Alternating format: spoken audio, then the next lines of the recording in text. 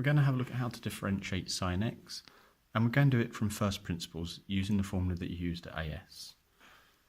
So let's just plug that in. Remember, it means replace all of your x's with x plus h.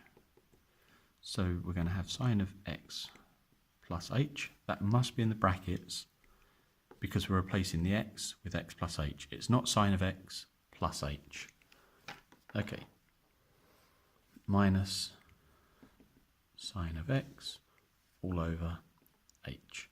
And we're looking at the limit of that as h gets really, really small, goes to 0. Okay.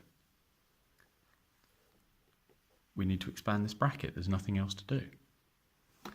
So let's expand that using our compound angle formulas that we've met earlier. So we're going to get sin of x cos h plus sin of h cos x minus sin of x all over h. Okay. Now there doesn't appear to be much that we can do here. However, we have been told that h is tending to 0. That must mean that h is a very small angle, and therefore we can replace our cos h's and sin h's with the standard values that we use from our small angle substitutions. Notice that in order to use that we have to use radians. So differentiation of sin and cos is only ever done in radians. Cool. So as we know that h is going to be small, we're allowed to use small angle approximations. Sin of x of 1 minus h squared over 2 plus h cos x minus sin x all over h. Okay, now we see some cancellation. Sin x minus sin x, they'll disappear, leaving us with h squared over 2, or minus h squared over 2 sin x, plus h cos x.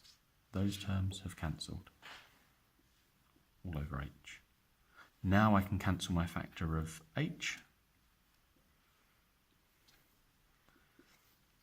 and then we see that the limit of this as h goes to 0, that term there will go to 0. It's multiplied by an h.